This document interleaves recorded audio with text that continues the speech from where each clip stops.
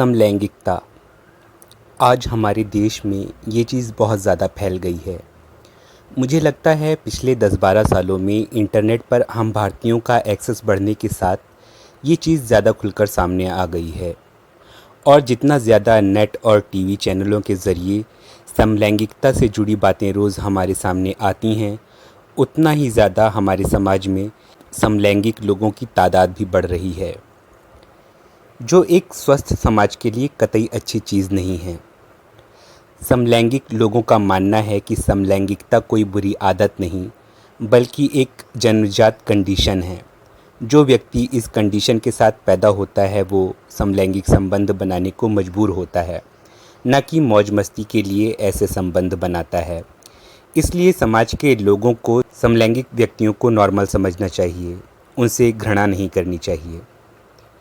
एक समय था जब पश्चिमी दुनिया समलैंगिकों के साथ बेहद क्रूर और घृणा भरा सलूक करती थी, जिससे मानवाधिकारों के लिए काम करने वाले संगठनों में समलैंगिक समुदाय के लोगों के लिए सहानुभूति की भावना पैदा हुई। और ऐसी पैदा हुई कि आज सबसे तेज़ आवाज़ यही उठती है कि समलैंगिकों के साथ अच्छा व्यवहार करो, वो अपनी प्राकृतिक बनावट से मजबूर हैं। इस तेज़ आवाज़ के नीचे वो तमाम आवाज़ें दब जाती हैं जो ये बताती हैं कि समलैंगिकता कितनी गंभीर बीमारियों का कारण है।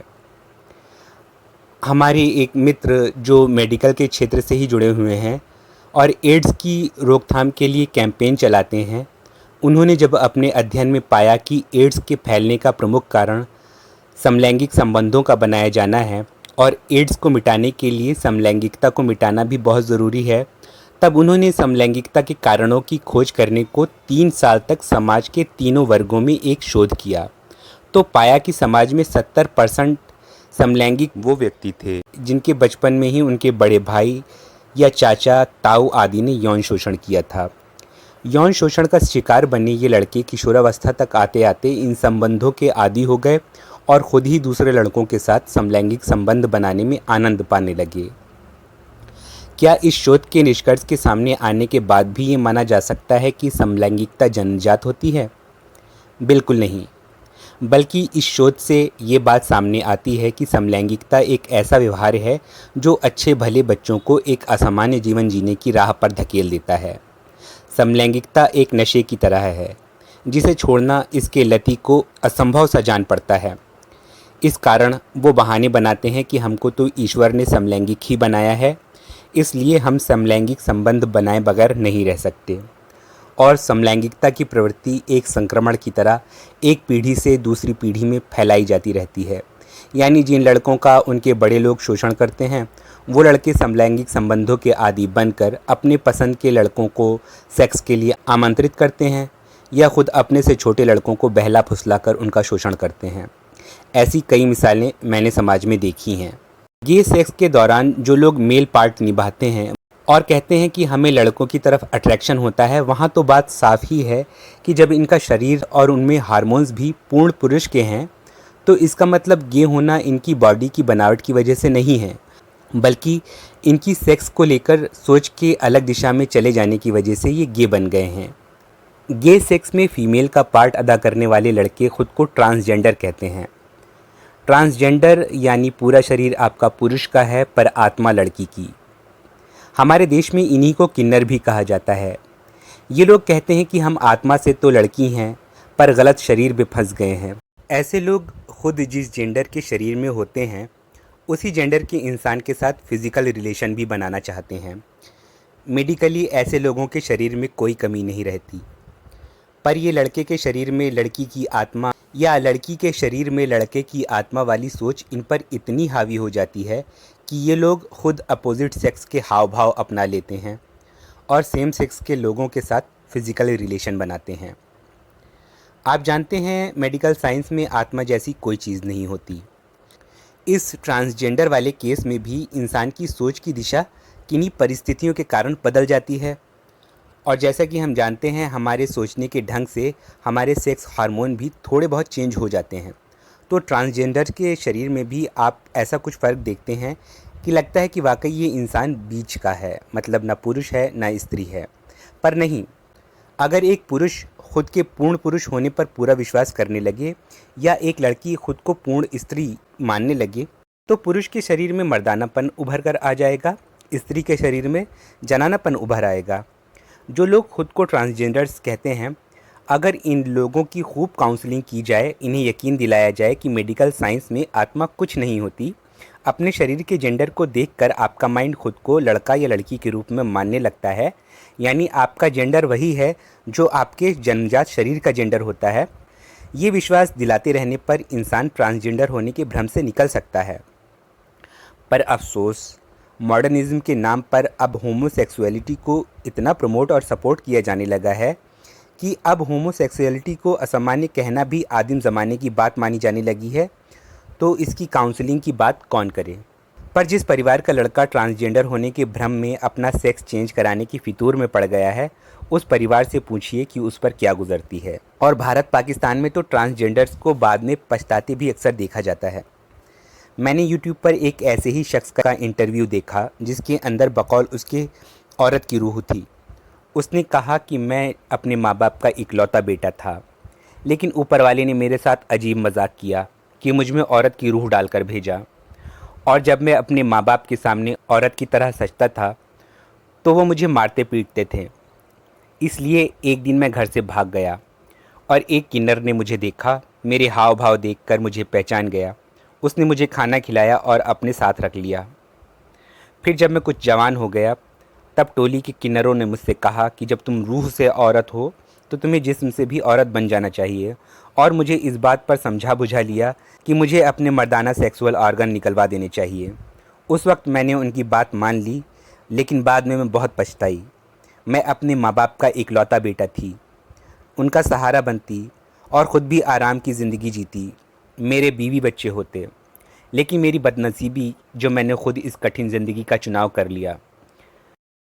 एक बड़ा मिथ फैला हुआ है कि किन्नरों का शरीर पैदाइशी रूप से ही अलग होता है, पर किन्नरों के हित के लिए काम करने वाले एक किन्नर ने ही ये राज खोला था कि किन्नर कोई शरीर से नहीं होता, शरीर से वो बिल्कुल ठीक होता है। किन्नर होने की बात उसकी सोच या आत्मा के अंदर होती है। क्यों कुछ लड़के सेक्स में मेल पार्ट अदा करने के बावजूद लड़कों के साथ ही सेक्स करना पसंद करते हैं? देखने में ये आता है कि समाज में बढ़ती अश्लीलता और विवाह में देरी की प्रवृत्ति ने भी समलैंगिक संबंधों की दर बहुत बढ़ा दी है।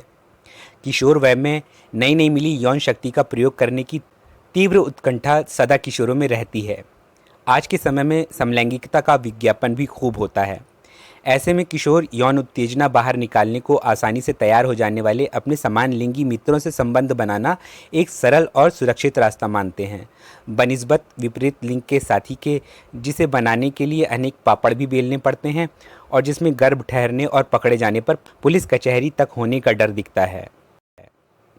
अब ये फैक्ट है कि किसी भी व्यक्ति में यौन उत्तेजना और संबंध बनाने में सबसे चरम आनंद और संतुष्टि तब मिलती है जब उसकी यौन शक्ति नई नई होती है। यानी सेक्स का जितना अधिक आनंद व्यक्ति को 15-16 की उम्र में मिलता है, वो बाद की किसी भी उम्र में नहीं मिल सकता। और अगर ये संबंध किसी ने समान लिंग के मित्र के साथ बनाए हों तो उसको सहज ही ये भ्रम हो जाता है कि वो चरम आनंद उसे समलैंगिक संबंध बनाने की वजह से मिला था। इन लोगों का जब इनके घरवाले 25-26 की उम्र में विवाह करते हैं और स्पष्ट है इनको अपने पति पत्नी के साथ संबंध बनाने पर 26 की उम्र में वो 16 की उम्र का सा चरम आनंद नहीं मिलता, तो ये लोग ये सोचकर कि हम विपरीत लिंग के साथ वो आनंद कभी नहीं उठा सकते जो समलैंगिक साथी के साथ उठाया था, खुद को जन्म से समलैंगिक मानने लगते हैं। पोर्नोग्राफी भी एक बड़ा कारण है समाज में समलैंगिकता फैलने का। असल में किशोर लड़के पोर्न फिल्म में स्त्री को छोड़कर पुरुष के शरीर पर ज़्यादा ध्यान देते हैं, उससे अपने शरीर की तुलना करने के लिए। धीरे धीरे कामुक दृश्यों में उन्हें केवल पुरुष का शरीर याद रह जाता है और उनकी काम भावनाएं पुरुषों से जुड़ने लगती हैं। मैंने अपने साथ के ऐसे कई लड़के जो पोर्न के आदी थे, उनके मुंह से सुना कि इन फिल्मों को देखकर उन्हें पता चला कि औरतों के शरीर में वो सुंदरता नहीं होती जितनी सुंदरता पुरुष शरीर में होती है। यही नहीं, मैंने पोर्न देखने वाले अपने हम उम्र एक लड़के को ये भी कहते सुना कि उसे स्क्रीन पर औरतों का शरीर देखकर उत्तेजना नहीं होती, बल्कि आदमी के शरीर को देखकर होती है। मुझे बड़ा आश्चर्य हुआ ये सुनकर, क्योंकि मैं उसे बचपन से जानता था। जब हम लोग एक साथ जवान हुए और तब तक वो पोर्न नहीं देख पाया था, तो उसकी बातों का केंद्र लड़की का शरीर होता था। किसी लड़की के साथ के लिए कभी भयंकर रूप से बेताब रहने वाले लड़के में बिना एक बार भी एक्चुअल सेक्स की लड़की के शरीर से रुचि खत्म हो जाए पर पुरुष के शरीर को देखकर उत्तेजना पैदा हो, इसका साफ मतलब है कि पोर्न उसकी सेक्सुअल आइडेंटिटी को बदल रहा है। क्यों कुछ लड़के खुद को अंदर से लड़की समझने लगते हैं और पुरुषों को अपने साथ सेक्स करने के लिए आमंत्रित करने लगते हैं। अक्सर ये होता है कि बच्चों में अपने आदर्श की नकल करने की प्रवृत्ति रहती है। ऐसे में विशेषकर वो कुछ लड़के जिनका भावनात्मक लगाव अपनी माँ की ओर अधिक होता है, वो अपनी माँ के हाव भाव अपनाने लगते हैं। बचपन में बच्चों का स्त्रीयोचित व्यवहार नज़र नहीं आता, पर उम्र बढ़ने पर उन बच्चों का ये व्यवहार आँखों को चुभने लगता है। वास्तव में सही ट्रेनिंग देकर बच्चों का ये व्यवहार सामान्य किया जा सकता है, लेकिन होता उल्टा है। उस बच्चे को घर, समाज, दोस्तों हर तरफ से उसे लड़की जैसा कहकर उसकी पौरुष शक्ति के विषय में इतना सशंकित कर दिया जाता है कि वो लड़का किसी स्त्री से विवाह के नाम पर ही घबराने लगता है। और बहुत बार देखने में आता है कि लड़की जैसा व्यवहार करते रहने वाले इन लड़कों को पुराने समलैंगिक अपना शिकार बना लेते हैं और स्त्री संसर्ग से घबराने वाले ये लड़के ऐसे समलैंगिक संबंध को सहज स्वीकार कर लेते हैं और अपनी पौरुष शक्ति को लेकर मन में घर कर गई हीनता के कारण खुद को जन्मजात समलैंगिक बताकर सामान्य विवाह से भागते रहते हैं। पर क्योंकि समलैंगिकता जन्मजात नहीं होती, इसलिए कोशिश करके इस आदत को बदला जा सकता है। समलैंगिकता बुरी चीज़ क्यों है ये भी जान लें। जैसा कि मैं पहले बता ही चुका हूँ कि एड्स फैलने का प्रमुख कारण समलैंगिक संबंधों का बनाया जाना है, बल्कि एड्स का इतिहास तो ये बताता है कि सबसे पहले ये घातक जानलेवा बीमारी समलैंगिक व्यक्तियों में ही देखने को मिली थी, इसलिए पहले एड्स को समलैंगिकों की बीमारी का नाम दिया गया था। असल में चिकित्सा विज्ञान ये तथ्य दे चुका है कि विपरीत लिंगी शारीरिक संबंध की अपेक्षा समलैंगिक संबंध के कारण कहीं अधिक तेज़ी से एड्स व सेक्स से जुड़ी तमाम घातक संक्रामक बीमारियां फैलती हैं, क्योंकि वेजाइना के मुकाबले में गुदा का म्यूकस मेम्ब्रेन ज़्यादा भंगुर होता है। इस वजह से कोई भी वायरस एक ही बार समलैंगिक संबंध बनाने पर ही किसी स्वस्थ व्यक्ति के शरीर में जाकर उसे संक्रमित कर देता है, जबकि प्राकृतिक यौन संबंध बनाने में म्यूकस मेम्ब्रेन के न टूटने और संक्रमण न फैलने की संभावना ज़्यादा होती है। Centres for diseases control and prevention USA की एक रिपोर्ट के अनुसार अमेरिका में समलैंगिक व्यक्तियों की जनसंख्या वहां की कुल आबादी की मात्र 2% है।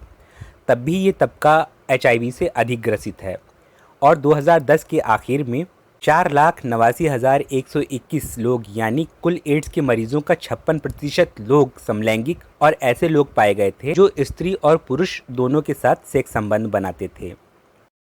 समलैंगिकता का स्याह पहलू ये भी है कि इसका आदी हो चुका व्यक्ति कभी एक पार्टनर के साथ संतुष्ट नहीं होता, बल्कि वो नए नए लड़कों को फुसलाकर उन्हें भी बिगाड़ा करता है, क्योंकि समलैंगिक व्यक्ति की फैंटेसी में कम उम्र के लड़के का कोमल शरीर रहता है, सो ये एक लड़के की उम्र बढ़ते ही उससे बोर हो जाते हैं। नतीजतन ये लोग बाल वेश्यावृत्ति का बाजार पैदा करते हैं और समाज के प्रत्येक बच्चे पर अपहरण और यौन शोषण का खतरा खड़ा कर देते हैं। मैंने पाकिस्तान में बनी एक डॉक्यूमेंट्री देखी थी। एक छोटा लड़का जो घर में सौतेली माँ की मारपीट से बचने को घर से भाग आया था, उसको अकेला देख एक ट्रक ड्राइवर ने उसका अपहरण करके बलात्कार किया। जब वो बेचारा बच्चा विरोध करता था तो वो ड्राइवर जलती सिगरेट से उसके पैर जला देता था। छोटे लड़कों को जबरन किन्नर बना डालना, समलैंगिक संबंध बनाने से इनकार पर हत्या तक कर डालना, ये सब ऐसी चीज़ें नहीं हैं जिन्हें सामान्य मानकर छोड़ा जा सके, बल्कि छोटे लड़कों का यौन शोषण करने वालों को कड़े दंड के कानून के साथ स्वास्थ्य सरोकारों से जुड़े संगठनों को इस चीज़ पर भी जागरूकता फैलानी चाहिए कि समलैंगिक संबंध बनाने पर घातक बीमारियों का फैलाव तेज़ होता है। समलैंगिक संबंध बनाने से स्वास्थ्य को कोई फ़ायदा नहीं होता, जबकि प्राकृतिक यौन संबंध स्त्री और पुरुषों दोनों को स्वास्थ्य के कई लाभ पहुंचाते हैं। स्त्रियों में बच्चा पैदा करने पर गर्भाशय कैंसर से बचाव होता है, बच्चे को दूध पिलाने पर स्तन कैंसर से। क्या समलैंगिक रिश्ता जोड़कर स्त्री कभी बच्चा पैदा कर पाएगी? इसी तरह वो ट्रांसजेंडर लड़के जो खुद में स्त्री की आत्मा होने का दावा करते हैं, वो प्रोस्टेट कैंसर के आसान शिकार होते हैं, क्योंकि खुद को औरत मानकर ये लोग वीर्यपात कम करेंगे, कभी कभार करेंगे, और कम इजैकुलेशन करने पर पुरुषों में प्रोस्टेट कैंसर का खतरा ज़्यादा हो जाता है। तो जो यौन व्यवहार प्रकृति ने हमें दिया है वही हमारे लिए फ़ायदेमंद भी है। ये बात समाज को अच्छी तरह समझानी चाहिए।